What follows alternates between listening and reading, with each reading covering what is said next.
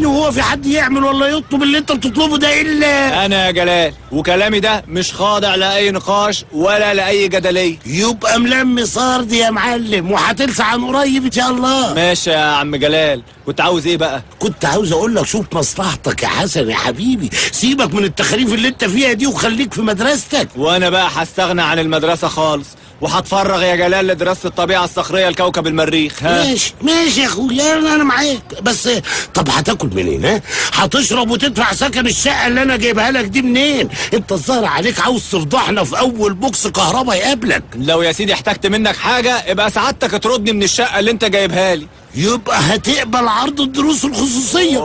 انا حر بقى. الله يا ابني انا قلبي عليك، انا اخوك الكبير يا حسن. لو النبي ما تعيطش وما تقلقش قوي كده. ما قلقش زي يا استاذ حسن العبقري، وانا بدل ما كنت بصرف على 2 هصرف من هنا ورايح على 3. ما تفهمني ما قلقش ازاي؟ استغفر الله العظيم، هيدوني مكافأة تفرغ. مكافأة تفرغ؟ يعني ازاي دي؟ يعني مكافأة تفرغ علمي. لأن التفرغ العلمي ده المفروض إنه هيفيد البشرية. يا نهار اسود، ده أنت لسعت للدرجات دي يا حسن يا ولاسة. اعتبرني اتجننت يا سيدي. ما هو اللي أنت بتقوله ده كلام ما يدخلش العقل. بأمارة إيه تقعد في البيت تقضيها سرحان في شوية كتب وأوراق وفي الآخر يدوك مكافأة تفرغ؟ جلال، إيه؟ أنا اتخنقت منك وابتديت أحسك وسيلة إحباط. استنى بس استنى. عاوز إيه تاني؟ ينفع أقدم على تفرغ؟ بمناسبة إيه بقى إن شاء الله؟ الدراسة الطبيعية العقلية لمنقذ البشرية حسن ولاسة.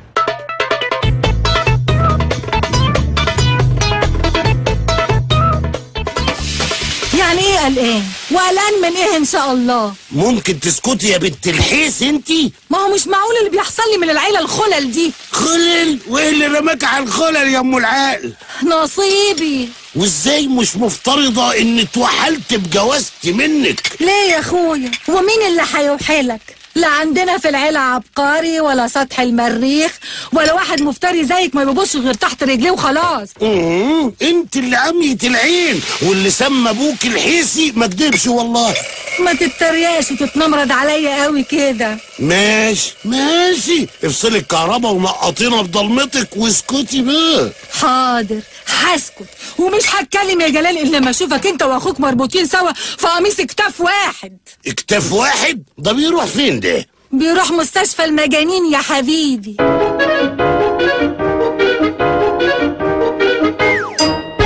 وانا ايه علاقتي بتغيير مسار حياتك؟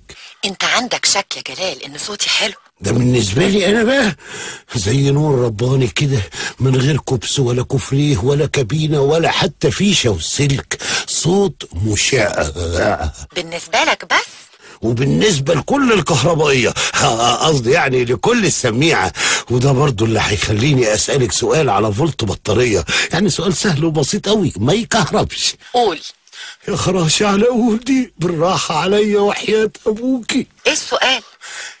ايه علاقتي بتغيير مسار حياتك؟ بصراحة أنا تعبت من أغاني الكليبات الرخيصة اللي تخلي الناس تشك إني مش مطربة بجد، وعاوزة أسمعهم صوتي. لا، دول شايفيني مجرد بنت جميلة ومثيرة وبتلبس شيك وبترقص على نغمات كلام رخيص ولحن أرخص.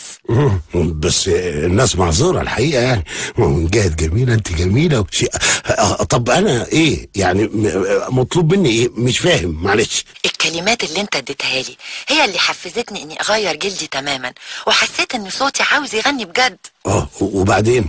بعد اذنك انا اديتهم للمنتج الالبوم بتاعي الجديد. ووافق؟ لسه، بس هيفكر هو كمان عاوز شكل جديد الناس تشوفني فيه. والمطلوب مني ايه؟ هتخلص بقية الغنوة وبعدين تعمل لي تنازل. تنازل؟ بس اصل انا ما هو مش انا اللي عارفة انك ممكن تكون بتعتز بكلماتك ومش ممكن تتنازل عنها لحد. اقولك فكر وانا هستناك. اوكي؟ ايه؟ اوكي ايه؟ انا سمعت اوكي دي كتير، لكن عمري ما حسيت انها ممكن تبقى احلى من اي غنوة سمعتها في حياتي.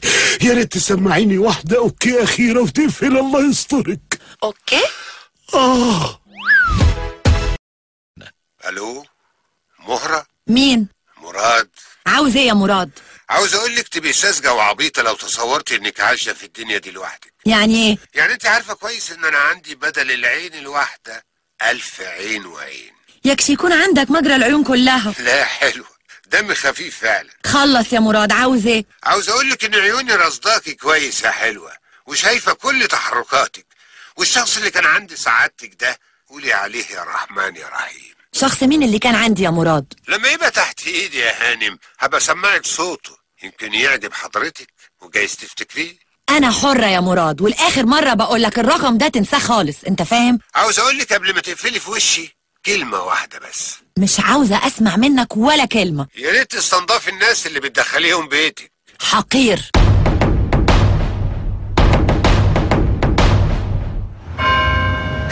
هايل يا حسن، برغم اني مش شايف في مادة البحث اي جديد.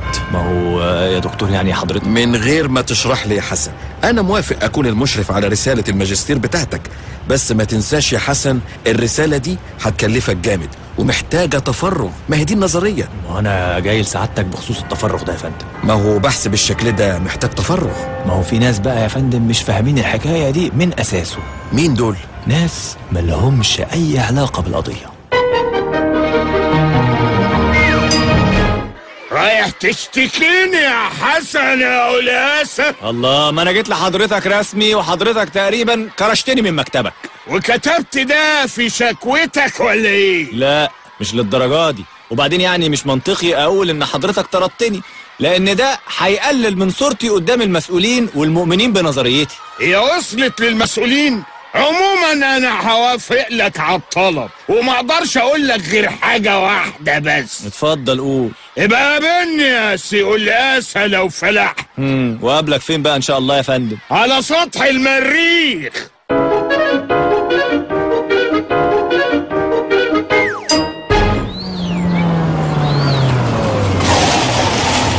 خليكي انت هنا في العربية وانا هنزل اشوفه وارجع لك على طول. طب ما نقفل العربية وننزل نسأل عليه احنا الاتنين. انت رزلة ليه؟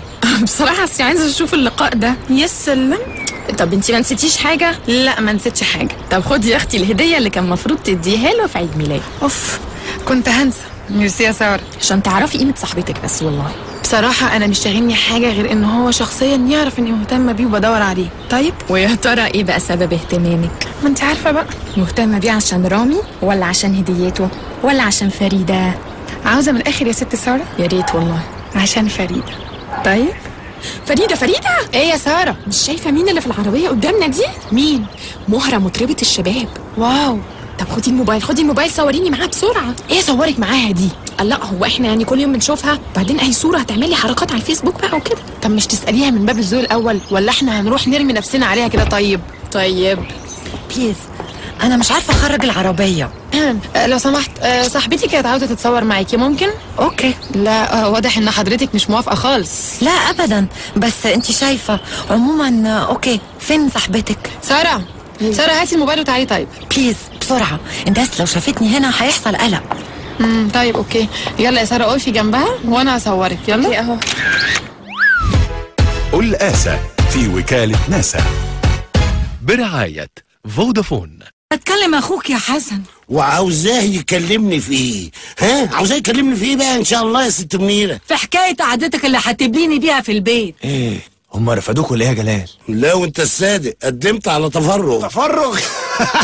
انت بتضحك على ايه يا حسن طراخة؟ على حكاية التفرغ دي. ما هو انت اللي بتقول انهم رفدوني. ليه يعني؟ هو انت كبير على الرفض؟ غصب عنك كبير على الرفض.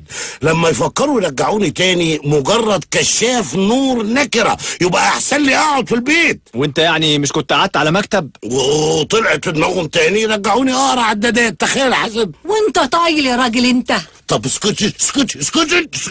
اهو ده اللي انت فالح فيه، وقت الجد تقول لي اسكتي. ما هي بصراحة بتتكلم بالمنطق العقلي البحت، عندها حق يا جلال. ليه بقى يا اخويا انت كمان؟ عشان انت كنت اشهر كشاف نور في البلد، وحاطط ايدك على حي المنيل كله، بيت وشقة وطوبة. ده يسيب لك جنيه ودول يسيبوا لك 5، وفي اللي كان بيسيب لك 20. ايه شبعت واتمرطت يا اخويا؟ لا تعبت.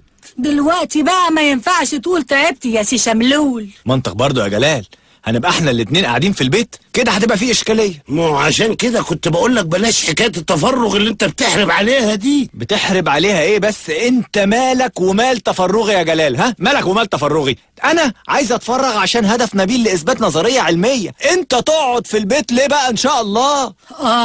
والنبي تقول له وتوعيه. طب ما اعطينا بسكاتك يا اختي وروح شوفي مين على الباب. لا لا لا، خليك انت يا منير، انا هفتح الباب عشان اروح شقتي.